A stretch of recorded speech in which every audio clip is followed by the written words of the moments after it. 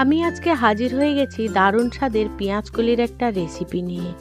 এই রেসিপিটি বানানো যেমন সহজ, তেমনি খুব কম উপকরণ দিয়ে খুব সহজেই বানিয়ে ফেলা যায়।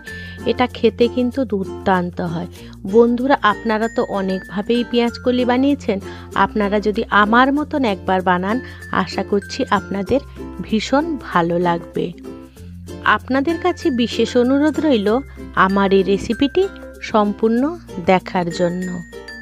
নমস্কার বন্ধুরা, ইজি কুক চ্যানেলে আপনাদের সবাইকে স্বাগত জানাই। চলুন শুরু করছি। এই দারুণ স্বাদের পেঁয়াজকলির রেসিপিটি বানানোর জন্য আমি 250 গ্রাম পেঁয়াজকলি নিয়ে নিয়েছিলাম। পেঁয়াজকলিটাকে প্রথমে দেখুন এইভাবে সাইজ করে আমি কেটে নিয়েছি, আর জল পাল্টে পাল্টে 2 থেকে 3 বারের মতন ধুয়ে আমি জল ঝরিয়ে নিয়েছি। পেঁয়াজকলিটা অবশ্য আপনাদের পরিমাণ অনুযায়ী আপনারা বাড়িয়ে বা কমিয়ে নিতে পারেন। এবারে আমি রান্নার জন্য গ্যাসের কাছে চলে এলাম। গ্যাসে কড়াই বসিয়ে দিলাম। কড়াইটা বেশ গরম হয়ে গেলে তাতে 1 টেবিল স্পুনের মতন আমি সর্ষের তেল দিয়ে দেবো। এই রান্নাটা আমি সর্ষের তেলে করব। তেলটা বেশ ভালো করে গরম হয়ে গেলে তাতে আমি 1/2 চামচ কালো জিরে আর একটা শুকনো লঙ্কা ফোড়নে দিয়ে দেবো। ফোড়ন থেকে যখন একটা সুন্দর মিষ্টি গন্ধ বেরোবে, ওই যে জল ঝরিয়ে রেখেছিলাম পেঁয়াজকলিগুলো, সেই পেঁয়াজকলিগুলো আমি দিয়ে দিলাম। দিয়ে এবারে একটু নাড়াচাড়া করে নেব। পেঁয়াজকলির রং বজায় রাখতে গেলে আমাদের কিন্তু পেঁয়াজকলিটায় ঢাকা দিলে হবে না। আমি এখানে দিয়ে দিলাম স্বাদ মতো নুন আর পরিমাণ মতন হলুদ গুঁড়ো দিয়ে সমস্ত উপকরণগুলোকে ভালো করে নাড়াচাড়া করে আমি মিশিয়ে নিলাম। আর গ্যাসের ফ্লেম এখানে একদম লোয়ে করে এই রান্নাটা আমি করব। যেহেতু আমি ঢাকা চাপা দেবো না, তাই পেঁয়াজকলিটা ভালো করে সেদ্ধ করার জন্য আমি একদম লোয়ে আঁচে করে রান্না করব। আমার এই রেসিপিটি যদি কোনো বন্ধু ফেসবুক থেকে দেখে থাকেন, তাহলে আমার পেজটিকে লাইক ও ফলো করে দেওয়ার জন্য অনুরোধ করছি। দেখুন, মিনিট 2 পরে আমার পেঁয়াজকলি থেকে কতটা জল বেরিয়ে এসেছে। যে কোনো রান্নায় যদি সবজির কালার ধরে রাখতে হয়, তাহলে ঢাকা চাপা দিলে কিন্তু কালারটা অন্যরকম হয়ে যায়, আর ঢাকা খুলে রান্না করলে কিন্তু কালারটা খুব সুন্দর হয়। এইভাবে আমি নাড়াচাড়া করে যতক্ষণ না জল শুকনো হচ্ছে, অর্থাৎ আমাদের পেঁয়াজকলিটা খুব ভালো করে সেদ্ধ হচ্ছে, ততক্ষণ কিন্তু আমি রান্নাটা করে নেব।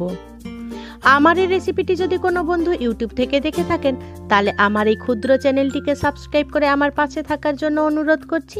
আর পাশে থাকা বেল আইকনটি কিন্তু ক্লিক করতে ভুলবেন না, ওটা কিন্তু অলে দিয়ে রাখবেন, যাতে আমার দেওয়া সমস্ত ভিডিও নোটিফিকেশান আপনারা খুব সহজেই পেয়ে যান। তার জন্য কথা বলতে বলতে আমার পেঁয়াজকলির জলটা শুকিয়ে এসেছে। এবারে আমি সামান্য একটু লঙ্কার গুঁড়ো দিয়ে দেবো। ঝালটা অবশ্য আপনাদের পরিমাণ অনুযায়ী আপনারা বাড়িয়ে বা কমিয়ে নেবেন।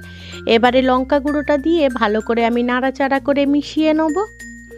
এবারে আমি পেঁয়াজকলিটাকে ভাজা করে নেব, অর্থাৎ আমাদের একটু ভাজা করে নিতে হবে। এই পর্যায়ে কিন্তু আমাদের পেঁয়াজকলিটা খুব সুন্দরভাবে সেদ্ধ হয়ে গেছে। বন্ধুরা, আপনাদের পেঁয়াজকলির কোন রেসিপিটি ভালো লাগে সেটা কিন্তু আমাকে কমেন্টে জানাতে একেবারেই ভুলবেন না। বন্ধুরা দেখুন, পেঁয়াজকলিটা ঠিক আমাদের এই রকম ভাজা হয়ে এলে আমি এবারে উপর থেকে ছড়িয়ে দেবো কিছুটা পোস্তদানা। এই পেঁয়াজকলির সাথে পোস্তদানা দিয়ে ভাজা করলে পেঁয়াজকলির স্বাদটা কিন্তু অপূর্ব হয়। আপনারা অবশ্য এইভাবে একবার করে দেখবেন, আর যদি করেন সেটা আপনাদের কেমন লাগলো সেটা কিন্তু আমাকে কমেন্টে জানাতে একেবারেই ভুলবেন না। এবারে নাড়াচাড়া করে আমি একটু ভাজা ভাজা করে নেব। অনেক সময় পেঁয়াজকলি ভাজা হয়ে গেলে জল বেরিয়ে আসে। এইভাবে যদি আপনারা একবার ভাজা করেন, তাহলে পেঁয়াজকলি থেকে কোনো রকমই জল বেরোবে না রান্নার শেষে। এবারে আমার রান্নাটা প্রায় হয়ে এসেছে। দেখুন কত সুন্দর হয়েছে, আর কালারটা একদমই সবুজ আছে। এবারে আমি পরিবেশন করে নিচ্ছি। আপনাদের পছন্দ অনুযায়ী আপনারা পরিবেশন করে নেবেন। আর গরম গরম ভাতের সাথে আমি সার্ভ করব, একদম দুপুরবেলা জমে যাবে। বন্ধুরা, আজকে আমার রেসিপিটি আপনাদের কেমন লাগলো সেটা কিন্তু কমেন্টে জানাতে একেবারেই ভুলবেন না। যদি ভালো লেগে থাকে ছোট্ট একটা লাইক করে দেবেন। আপনাদের এই ছোট্ট ছোট্ট লাইক আমাকে অনেক ইন্সপায়ার করে নিত্য নতুন রেসিপি বানানোর জন্য। আর যদি খুব বেশি ভালো লেগে থাকে, বন্ধু বান্ধব কিংবা প্রিয়জনদের সাথে শেয়ার করে তাদেরও দেখার সুযোগ করে দেবেন। বন্ধুরা, আপনাদের কাছে অনুরোধ রইল এই রকম একবার পেঁয়াজকলি অবশ্যই ট্রাই করবেন। আর যদি বানিয়ে থাকেন, আপনাদের কেমন লাগলো সেটা কমেন্টে অবশ্যই আমাকে জানাবেন। আপনাদেরকে অসংখ্য অসংখ্য ধন্যবাদ আপনাদের মহামূল্যবান সময় দিয়ে আমার এই ভিডিওটি সম্পূর্ণ দেখার জন্য। আপনারা ভালো থাকবেন, সুস্থ থাকবেন। দেখা হবে পরের কোনো নিত্য নতুন রেসিপিতে।